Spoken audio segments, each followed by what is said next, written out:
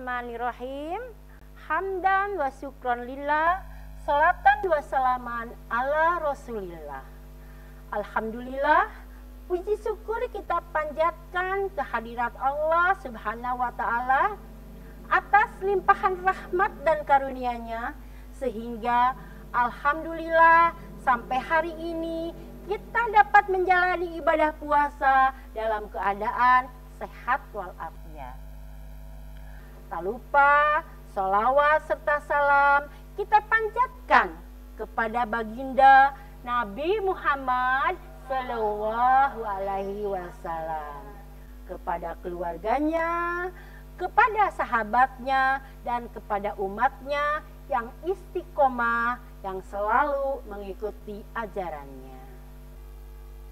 Dan kita semua semoga akan mendapat syafaat di yaumil akhir kelak. Amin ya robbal alamin. Assalamualaikum anak-anakku yang soleh dan soleha, baik yang di rumah maupun yang hadir di sini. Senang sekali kita dapat bersua walaupun lewat media sosial. Mudah-mudahan tidak mengurangi kehidmatan kita melaksanakan pesantren Ramadan tahun ini. Pada kesempatan ini, Ibu akan menyampaikan sedikit pengetahuan tentang kisah Islami yang penuh keteladanan, sesuai dengan tema yaitu berbakti kepada orang tua. Sebelumnya, Ibu ucapkan terima kasih terlebih dahulu kepada anak-anak yang menemani kali ini. Mereka adalah teman-teman perwakilan dari kelas 5 dan kelas 6. Ini ada Kerina, Andriani, Ihsan, Mudaka, Arsa, Sukma, dan Seketi Radit. Ya. Nah, mereka lah yang akan menemani Ibu hari ini.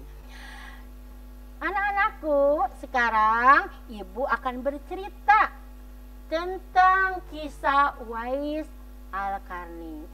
Siapa yang pernah mendengar cerita ini? Belum? Ya, kalau belum, dengarkan baik-baik ya. Kala itu di Yaman tinggallah seorang pemuda bernama Uwais Al-Qarni yang berpenyakit sopak. Penyakit sopak itu apa sih? Belang-belang tubuhnya, ya. Nah, Uwais Al-Qarni ini lahir di Yaman pada tahun 594 Masehi. Ya. Uwais Al-Qarni berasal dari keturunan suku Murad. Meski tidak termasuk sahabat Nabi, ia merupakan orang yang saleh, yang dirindukan surga dan terkenal di langit. Hal itu disebabkan oleh kisah Uwais Al-Qarni yang sebagian besar hidupnya dijalani untuk berbakti kepada sang ibu yang lumpuh dan buta. Ya. Karena sang ayah meninggal saat usianya masih kecil, ia dibesarkan sendiri oleh ibunya. Uwais Al-Qarni dan sang ibu termasuk golongan yang masuk Islam sesudah ada ajaran Nabi Muhammad Sallallahu Alaihi Wasallam sampai ke Yaman. Ya. Uwais Al-Qarni tumbuh menjadi sosok yang sangat berbakti dan memuliakan ibunya yang telah tua dan lumpuh. Walaupun cacat, ia adalah pemuda yang soleh dan sangat berbakti kepada ibunya. Ibunya adalah seorang wanita tua yang lumpuh. Uwais senantiasa merawat dan memenuhi semua permintaan ibunya. Hanya satu permintaan yang sulit ia kabulkan. Suatu hari ibunya berkata kepada Uwais, "Anakku, Mungkinkah ibu tak lama lagi akan bersama dengan kamu? Ikhtiarkan agar ibu dapat mengerjakan haji, pinta ibunya. Uwais termenung. Perjalanan ke Mekah sangatlah jauh, melewati padang pasir tandus yang panas. Orang-orang biasanya menggunakan unta dan membawa banyak perbekalan. Namun, Uwais sangat miskin dan tak memiliki kendaraan. Uwais terus berpikir bagaimana jalan keluarnya. Kemudian dibelilah seekor anak lembu. Kira-kira untuk apa ya anak lembu itu? Ternyata Uwais membuat kandang di puncak bukit. Setiap pagi bolak-balik menggendong anak lembu itu naik turun bukit.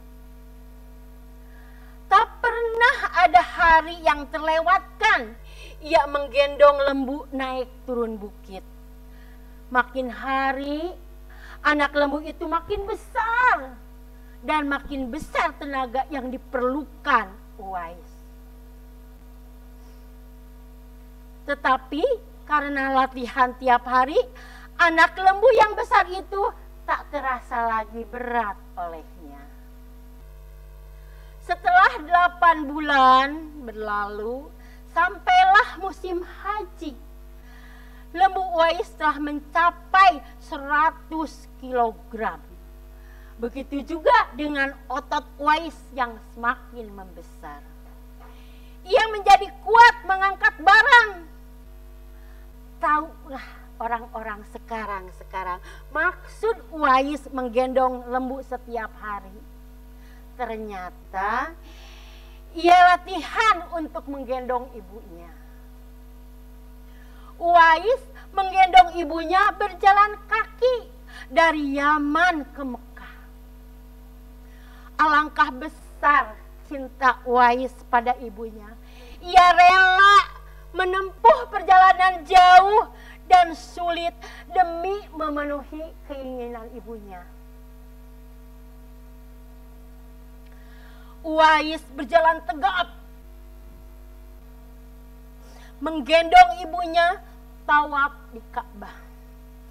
Ibunya terharu dan bercucuran air mata telah melihat Baitullah. Di hadapan Ka'bah, ibu dan anak itu berdoa, "Ya Allah, ampuni semua dosa ibu." Kata Uwais. "Bagaimana dengan dosamu?" tanya ibunya heran. Uwais menjawab, "Dengan terampunnya dosa ibu, maka ibu akan masuk surga. Cukuplah ridho ibu yang akan membawa aku ke surga nanti." Subhanallah. Itulah keinginan Uwais yang tulus dan penuh cinta. Allah Subhanahu wa ta'ala memberikan karunia-Nya. Uwais seketika itu disembuhkan dari penyakit sopaknya. Hanya tinggal bulatan putih di belakang tengkuknya. Hikmah dari bulatan disisakan di tengkuknya itu adalah tanda untuk Umar bin Khattab dan Ali bin Abi Thalib, dua sahabat utama Rasulullah SAW yang mengenali Uwais. Beliau berdua sengaja mencari Uwais di sekitar Ka'bah karena Rasulullah SAW berpesan, "Di zaman kamu akan lahir seorang manusia yang doanya sangat makbul. Kamu berdua pergilah temui dia." Begitu kata baginda Nabi Muhammad kepada Umar bin Khattab dan Ali Thalib. Dia akan datang dari arah Yaman. Dia dibesarkan di Yaman. Dia akan muncul di zaman kamu. Carilah dia. Kalau berjumpa dengan dia, mintalah tolong. Dia berdoa untuk kamu berdoa. Sesungguhnya Allah mengharamkan atas kamu durhaka pada ibu dan menolak kewajiban dan meminta yang bukan haknya dan membunuh anak hidup-hidup. Dan Allah membenci kamu yang banyak bicara dan banyak bertanya, demikian pula memboroskan harta. Ya. Beberapa tahun kemudian Uwais Al-Qarni berpulang ke rahmatullah. Dia wafat, meninggal dunia. Anehnya pada saat dia akan dimandikan, tiba-tiba sudah banyak orang yang berebutan untuk memandikannya. Dan ketika dibawa ke tempat pembaringan untuk dikafani, di sana pun sudah banyak orang. Demikian pula ketika orang hendak menggali kuburnya, sudah banyak orang. Ternyata orang-orang itu siapa? Malaikat yang menyambut kematian, ya, wafatnya Uwais Al-Qarni. Ya. Meninggalnya Uwais Al-Qarni telah menggembarkan masyarakat kota Yaman. Banyak terjadi hal-hal yang amat mengherankan. Sejak ia dimandikan sampai ketika jenazahnya hendak diturunkan ke liang kubur, di situ selalu ada orang-orang yang telah siap melaksanakan terlebih dahulu. Penduduk kota Yaman tercengang. Mereka saling bertanya-tanya, siapakah sebenarnya orang itu, wahai Uwais Al-Qarni? Bukankah Uwais yang kita kenal itu hanyalah orang fakir yang tak memiliki apa-apa, yang kerjanya sehari-hari hanyalah sebagai penggembala domba? Tapi ketika hari wafatmu, engkau menggembarkan penduduk dengan hadirnya manusia-manusia asing yang tidak pernah kami kenal. Mereka datang dalam jumlah yang sedemikian banyaknya. Agaknya mereka adalah para malaikat yang diturunkan ke bumi hanya untuk mengurus jenazah dan pemakaman Uwais Al-Qarni. Barulah saat itu penduduk Yaman mengetahui siapa sebenarnya Uwais Al-Qarni. Selama ini tidak ada orang yang mengetahui siapa sebenarnya Uwais Al-Qarni, disebabkan permintaannya kepada Halimah Umar dan Ali agar merahasiakan tentang dia. Barulah di hari wafatnya mereka mendengar sebagaimana yang telah disabdakan oleh Nabi Shallallahu Alaihi Wasallam bahwa Uwais Al-Qarni adalah penghuni langit. Ya. Ia bahkan melakukan segala cara, ya, untuk kebaikan dan terutama berbakti kepada orang tuanya. Ya, nah demikianlah ya kisah dari Uwais Al-Qarni yang begitu mencintai ibunya. Ya, sekarang kalian paham kan mengapa Uwais Al-Qarni itu selalu ya menjadi sejarah yang perlu disampaikan kepada generasi-generasi yang akan datang, generasi-generasi penerus. Supaya apa? Supaya kalian semua bisa meneladani terutama berbaktinya kepada orang tuanya atau kepada ibunya, ya. Nah, selesailah sudah ceritanya. Gimana? Seneng gak mendengarnya? Ya. Dari cerita tersebut ada yang bertanya, ya, sesuai dengan tema nih, berbakti kepada orang tua. Ada yang bertanya? Nah, silakan. Sukma mau bertanya, silakan. Ya. Nih.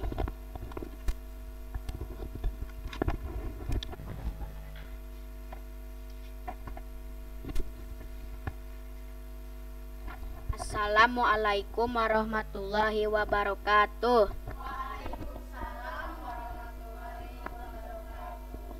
Bu, apa saja perintah orang tua yang harus dipatuhi dan dilaksanakan oleh kita? Pertanyaan yang bagus dari Sukma, ya.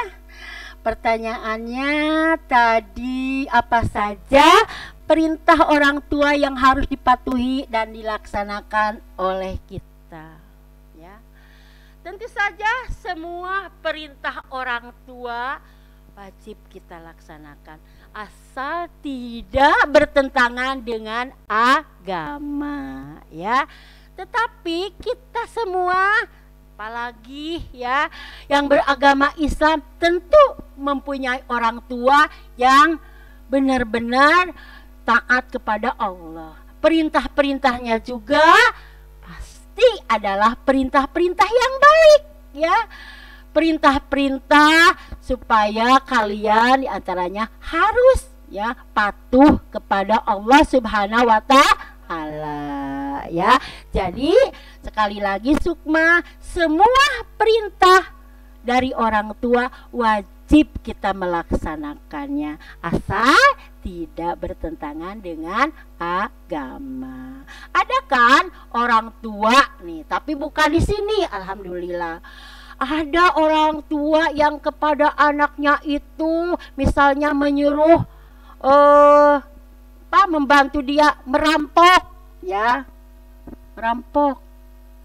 Ayo nak, kamu naik ke sana. Ayah memanggilnya ke sana.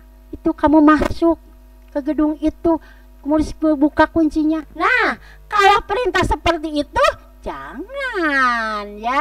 Tapi ibu yakin sekali kalian punya orang tua yang benar-benar taat kepada Allah, perintahnya juga pasti yang baik-baik. Begitu Sukma, ya. Siapa lagi yang akan bertanya? Silahkan. Assalamualaikum warahmatullahi wabarakatuh. Ibu, apakah dengan menuruti segala perintahnya termasuk berbakti kepada orang tua? Terima kasih. Ayo, bagaimana menurut kalian? Mematuhi perintah orang tua itu termasuk berbakti tidak? Berbakti, ya. Berbakti kepada orang tua itu salah satunya yaitu mematuhi perintah orang tua, ya. Kalau misalnya ada yang lebih membantu, itu lebih bagus. Membantu orang tua disesuaikan dengan kapasitasnya sebagai anak, bukan membantu orang tua mencari nafkah, ya, karena orang tua kamu masih mampu menafkahi kamu. Tetapi bantulah orang tua sesuai dengan kemampuan kamu. Misalnya kalau di rumah Andriani suka membantu apa? Membantu misalnya apa yang dikerjakan Andriani untuk membantu orang tua? Mencuci piring. Itu salah satu perbuatan berbakti kepada orang tua. Ihsan, suka membantu tidak? Apa? Ngepel. Bagus. Berbakti juga, ya. Arsa, apa bantuannya kepada orang tua? Menyapu. Ya, itulah perbuatan-perbuatan walaupun kecil, ya, ringan, tetapi kalau dilakukan dengan ikhlas maka kita sebagai anak yang berbakti dan akan mendapatkan pahala dari Allah Subhanahu wa Ta'ala. Demikian, Andriani paham? Siapa lagi yang mau bertanya? Iya. Oh, Radit, boleh.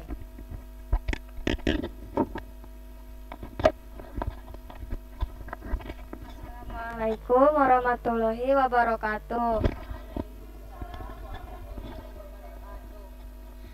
Bu, bagaimana cara kita membahagiakan kedua orang tua kita? Terima kasih. Bagus dari pertanyaannya ya. Ada cita-cita untuk membahagiakan orang tua ya. Semoga semuanya nih mau tidak membahagiakan orang tua. Caranya membahagiakan orang tua ini sesuai dengan tugas kalian sebagai pelajar. Belajarlah dengan rajin, sekolahlah yang jujur, rajin belajar, perlihatkan kepada orang tuamu nilai yang baik hasil dari belajarmu. Itu sudah membahagiakan orang tua loh. Orang tua tidak usah dikasih makanan oleh kamu ya, malah orang tua kan yang mengasih makanan kepada kamu. Tidak usah ya memberikan uang, kecuali kalau kamu nanti sudah dewasa, sudah mampu nih, sudah gajinya besar nih Radit, jangan lupa orang tua ya disantuni. Kasih orang tua bukan dikasih besarannya tetapi perhatiannya. Oh, anakku sudah bisa memberi ibu dengan hasil kerjanya. Kalau perempuan bagaimana? Ya, kalau perempuan kalau tidak bekerja ya izin dulu nanti pada suaminya. Kalau sudah bersuami, kalau masih belum bersuami bisa dengan sekendak hati memberikan gaji misalnya ya, sebagian gaji kepada orang tua. Atau kalau kalian udah berpenghasilan, belikan makanan-makanan kesukaannya. Nah, itu pasti membahagiakan orang tua karena kalian telah menjadi anak yang berperhatian kepada orang tua. Sekarang nih, sebentar lagi mau lebaran ya. Nah, jangan lupa nih, yang membahagiakan orang tua itu puasa kamu tamat ya. Pesantren kamu bagus tamat, kemudian kamu bisa meminta maaf kepada orang tua dengan tulus. Begitu ya Radit ya. Siapa lagi ya mau bertanya? Boleh. Assalamualaikum warahmatullahi wabarakatuh. Waalaikumsalam warahmatullahi wabarakatuh. Ibu, ada pepatah mengatakan ridho Allah adalah ridho orang tua, terutama ibu. Itu contohnya bagaimana, Bu? Terima kasih. Ini pertanyaannya bagus juga nih dari Kerena. Ridho Allah terletak pada ridho orang tua gitu ya? Adalah ridho orang tua. Terus, contohnya bagaimana sih? Gitu ya. Nah, kalau kalian melakukan perbuatan yang baik, orang tua senang tidak? Ridho enggak hatinya? Ridho kan?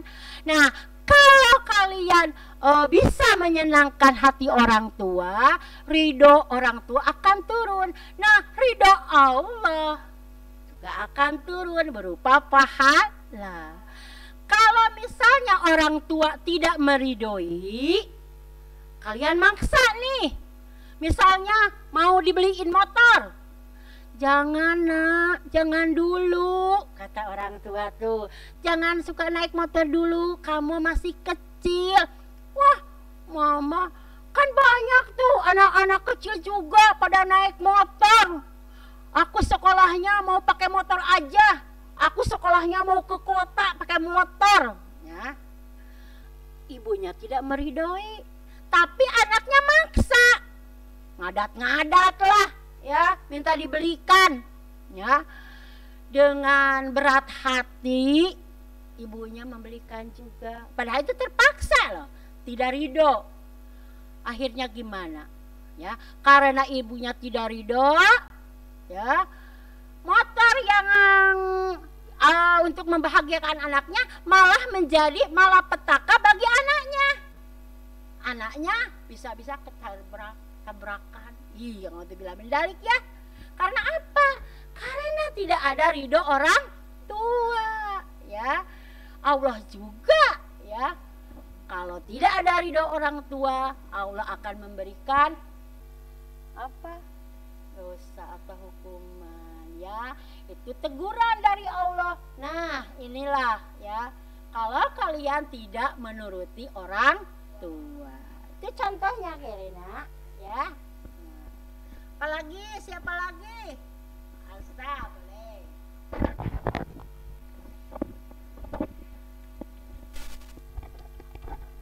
Assalamualaikum warahmatullahi wabarakatuh. Waalaikumsalam warahmatullahi wabarakatuh. Bu, apa hukum bagi anak yang tidak berbakti kepada kedua orang tua? Terima kasih. Apa hukumnya bagi anak yang tidak berbakti kepada orang tua? Ibu mau tanya nih, apa sih hukumnya nih? Hah? Ayo, hukumnya apa nih? Pasti berdosa, ya. Berdosa kalau tidak berbakti kepada orang tua. Nah, kalau berdosa itu nanti kita kalau meninggal masuk kemana? Neraka bagiannya, ya. Mau mau. Nah, kira-kira, oh nanti di neraka itu banyak katanya enak ketemu dengan artis-artis, ya, yang terkenal itu, ya. Wah, nanti kita misalnya ini artis yang itu ya, yang apa, yang suka melakukan kesalahan apa, kejahatan. Artis bukan yang artis juga banyak yang baik ya. Tapi artis yang selalu melanggar perintah-perintah agama. Bisa kan membedakannya? Atau dengan orang-orang hebat tapinya tidak beragama Islam, ya kan enak tabu bertemu gitu kan ya. Jangan gitu, ketemu di sana di neraka itu mana enaknya. Mereka disiksa ya kita disiksa. Orang yang berkata begitu adalah orang yang sombong, ya. Mudah-mudahan kita tidak termasuk kepada orang-orang yang sombong. Mudah-mudahan kita diselamatkan dari siksa api neraka. Maka oleh sebab itu janganlah sekali-kali kalian durhaka kepada orang tua. Gitu ya. Siapa yang bertanya nih? Oh ya.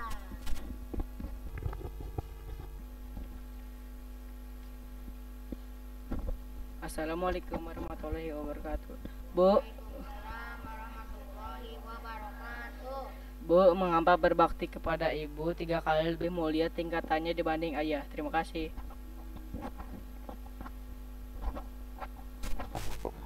Ada ya, dan ada yang menyatakan sahabat yang bertanyakan, siapa yang harus kalian hormati? Jawabnya, ibumu. Bertanya lagi, siapa ya Rasulullah? Ibumu. Siapa lagi ya Rasulullah?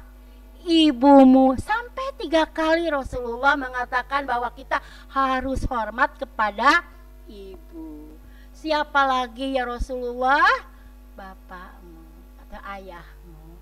Mengapa sampai 3 kali Rasulullah menganjurkan kita berbakti kepada seorang ibu? Kalian tahu kan betapa beratnya seorang ibu itu? Mulai kalian ada di dalam kandungan 9 bulan, tidak enak tidur, tidak enak makan, ya, kegerahan, kepanasan. Waktu melahirkan sakitnya minta ampun, sampai nyawa jadi taruhannya untuk melahirkan kamu, untuk melahirkan kalian, ya. Makanya seorang wanita yang meninggal dunia saat melahirkan itu mati Terus ya, ketika sudah lahir menjaga sampai tidak tidur semalaman. Kalau kamunya nangis terus, kalau kamu sakit digendong, ya, didinamolokan, diobati sampai ibunya sendiri lupa dirinya belum mandi, ya, dirinya belum makan, ya. Demi apa? Demi anak, ya. Kemudian diajarilah anaknya mulai dari tengkurap, merangkak. Siapa yang bisa kamu seperti ini kalau tidak diajari oleh ibu kamu? Mana mungkin kalian sekarang bisa segagah ini, secantik ini, ya, bisa dengan tegap berlari ke sana kemari kalau tidak diajarkan oleh ibu kamu, ya. Dibimbing, ayo nak berjalan, disuapin. Ibunya makanannya hanya biasa aja untuk anaknya yang bergizi. Supaya apa? Anaknya supaya tumbuh sehatnya, supaya pintar otaknya. Itulah kasih sayang seorang ibu. Tapi jangan juga menyampaikan ayah. Kita kan sayangan sama ibu. Tidak. Ya, jawab Rasulullah. Bapak, kenapa ayah? Walaupun dia tidak menyusuimu, ya, walaupun tidak mengandungmu, tapi ayah menjagamu, memberikan nafkah, ya. Ibumu bisa makan dari mana? Kamu bisa makan dari mana? Kalau ayah tidak mencari nafkah. Jadi pada orang tua, baik ibu maupun ayah, wajib hukumnya kita untuk berbakti, ya. Itulah keutamaannya, ya, udah Kak. Isan belum bertanya nih, silakan. Ada pertanyaan dari Isan? Assalamualaikum warahmatullahi wabarakatuh. Waalaikumsalam warahmatullahi wabarakatuh. Bagaimana cara berbakti pada orang tua yang sudah meninggal? Terima kasih. Sekali pertanyaannya, ya. Bagaimana sih, ya, berbakti kepada orang tua yang sudah meninggal? Udah meninggal ini, Bu, gak usah dikasih duit. Ya enak emang, gak usah dikasih makanan, gak usah dikasih duit. Ada orang zaman dulu, buat karuhun katanya, ya, orang tua yang sudah meninggal, dikasihlah di rumahnya itu kopi pahit, rujak-rujakan namanya. Gak perlu, ya, malah itu termasuk kepada musyrik. Gak boleh, ya. Bagaimana berbaktinya kepada orang tua? Tentu saja dengan mendoakannya. Hafal doa untuk orang tua? Ayo kita sama-sama ucapkan, ya. Bismillahirrahmanirrahim.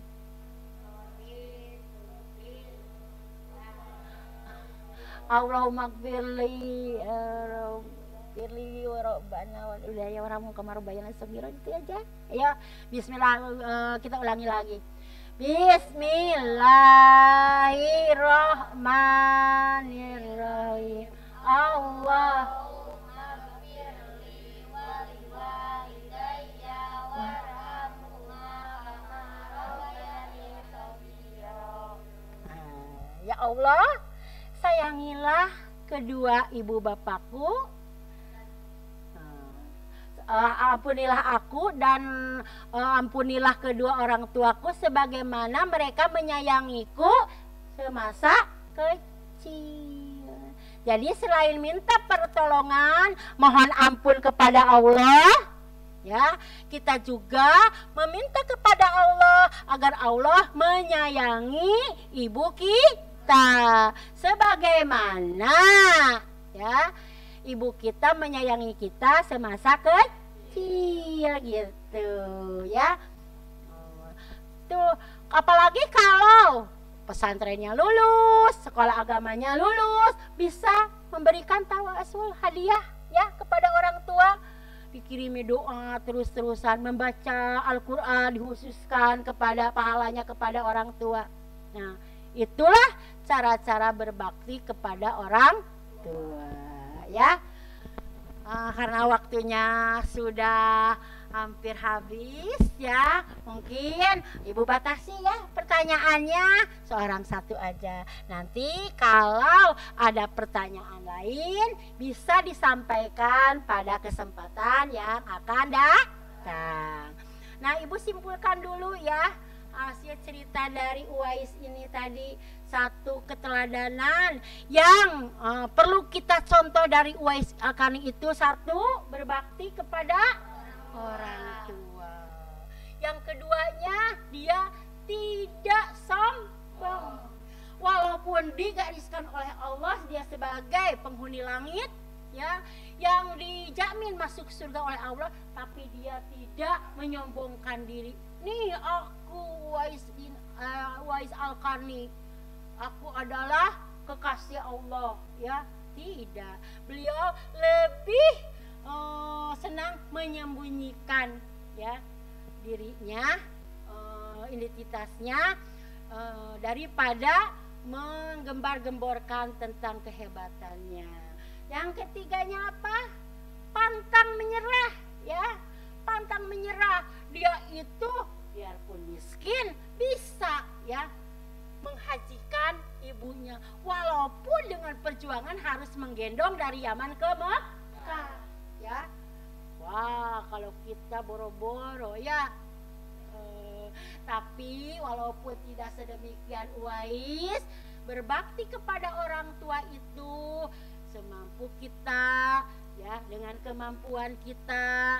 Yang penting hatinya ikhlas untuk berbakti kepada orang tua ya.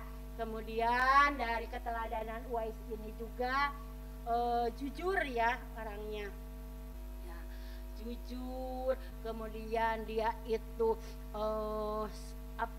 walaupun dia itu menjadi kekasih Allah dan dijamin doanya, sehingga Allah atau Nabi Muhammad itu memerintahkan kepada siapa tadi ya?